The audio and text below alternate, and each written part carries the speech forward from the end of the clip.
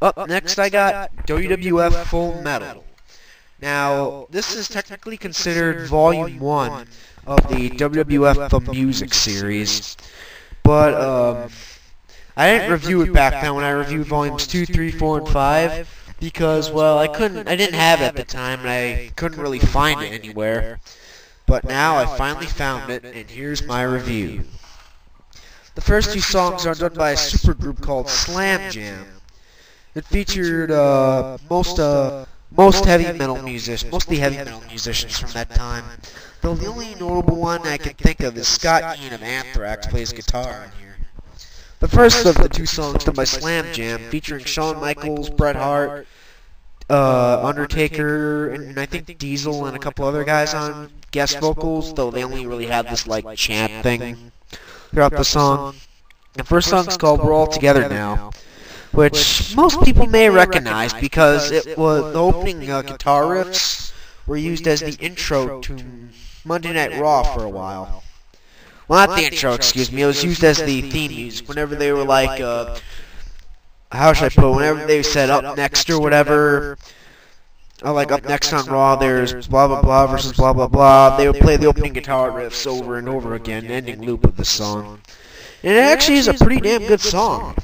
As a matter of fact, it didn't have the quotes from the wrestlers at the end, which I must admit were fun and did add a bit of a cool feel to it. If you just cut those parts out, it would be like one of the best stadium jams ever. It'd be like awesome playing the song in the stadium. And the second song here is Thorn in Your Eye, and it's the last song done by the Slam Jam group. Most Attitude Era fans will remember this as the theme from Monday Night Raw from 1997, I believe, even though this came out in 1995, up to 2001-ish. Then they started using the song Across the Nation by the Union Underground. And they used that as Raw's theme until 2006 when they used the oh so shitty Whoa, gotta get in, whoa, gotta get up by Papa Roach. God, that song is terrible, but that's getting off topic again. So on to the actual wrestling themes now. First up, you got Diesel Blues, the theme of Diesel, who I believe was the company's world champion at the time. It's overall your traditional blues song, the sound of the truck in the intro. It's actually a pretty good theme. Not the best, not one of my all-time favorites, but I really do enjoy it. Then there's The Lion King, the theme song of King Mabel, better known as Viscera, better known as Big Daddy B, etc., etc. Although there are no lyrics to the song, Mabel and his former tag team partner, Sir Mo, would rap the lyrics of the theme on the way to the ring. So this is just pretty much the backing track of their theme. I can't help but notice that this actually has quite a few similarities to, I believe it was Scott Steiner's theme that he used in WWE from 2002 to 2004-ish. I don't know, it just sounds almost exactly the same, just with a couple of slightly modified differences. Overall, it's not a bad song though, but kind of boring. Just makes you wish they recorded the rap lyrics in the studio. Then there's 123, the theme song of the 123 Kid. This theme has been released off the Anthology album that was released in 2002. But this version has a live crowd chanting 1, 2, 3 along with the referee counting and a bell ringing, while the Anthology version had these guys going 1, 2, 3. Kind of annoying. But this version's not bad. It's an overall enjoyable theme, but nothing special. Then you have the Goldust's theme, simply titled Goldust. They're almost identical to the one he currently uses and almost exactly the same to the one found on the Anthology album, again referring to that record. Except this version has a slightly, like the melodies are the same, but the instruments are different, that's all I can say. Then you got the theme of the Smokin' Guns, simply titled Smokin', complete with gun sound effects in the intro. Overall, just an okay song. Nothing really special to mention. Other than the piano's not bad. Then you have Psycho Dance, the theme of Psycho Sid. Again, nothing really special to happen. It pretty much just rips off the music from the shower scene from Psycho. Just nothing special. Then again, never been a big Psycho Sid fan. It's practically the same one found off the Anthology in Volume 2. albums, except Volume 2, I think, had a couple of quotes from Psycho Sid playing throughout the song. Then you have Bad Guy, the theme of Razor Ramon. Exactly like the anthology version, with the exception of it being longer, and that's what gets it a plus in my book. Because I love Razor Ramon's theme. It's just awesome. Then you have Heart Attack, an extended version of Bret Hart's theme, which was later retitled Hitman on the anthology record. Again, the exact same thing here. Love the theme, and I'm glad it's longer presented here in its full version. Not bad.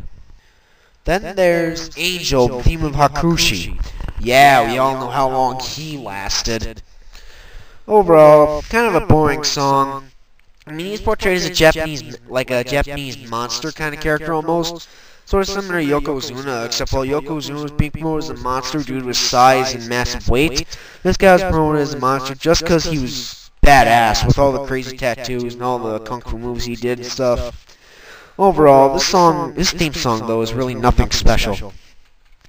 Then you have one of Undertaker's first themes, Graveyard Symphony. Almost identical to his current theme, The Dark Side, I believe it's called. Except this version is a little bit more orchestral, shall we say, because in the new version you can clearly hear some electric guitar or bass, I can't tell which, in the song. Well, this one features a little more of an orchestrated feel, but not as heavily orchestrated as the version found in Volume 2. Then you have, finally, the full version of Shawn Michaels' Sexy Boy theme. All the versions I kept finding featured like the first verse, the refrain, the second verse, brief bridge, and then it just keeps looping and looping and looping. This is the first time I've ever heard the full version of it. There's not much difference other than it's a little bit longer, and it has some pretty sweet electric guitar shredding towards the end, which I never heard before. One of the best songs on the record, hands down. And the very last song on the record is the theme of Double J Jeff Jarrett called My Baby Tonight. He claims he performed the song and actually lip-synced to it on a pay-per-view, then represented with a gold record for his album. Yeah, right. Ain't I Great? Though the interesting thing is the wrestler did sing on the song, but it wasn't Jeff Jarrett as he claimed. As a matter of fact, believe it or not, it was none other than Road Dogg who sang on the song. And it's actually not that bad for a country song. But really, it's kind of, let's just say, it doesn't fit the overall heavy mood of the record. But it's still not that bad. It's one of the best actual songs on the album. Overall, if I were to give this a rating, I'd give it a 4 out of 5. This is one of the better volumes of the music. I liked it better than Volume 2, and maybe even a little bit better than Volume 5, but it pales in comparison to Volumes 3 and 4, which in my opinion were the best volumes of the music. I mean, I have Volume 6 and 7 and 8 of the music, I don't have Volume 9, sorry. And I might review Volume 6 and 7, and maybe even 8 in the near future. But for now, I'm sticking to the older albums. So I hope these 2 reviews have pleased you guys. And please be sure to click that button that's over there that says subscribe. And I'll talk to you guys later. See ya, and have a happy Halloween.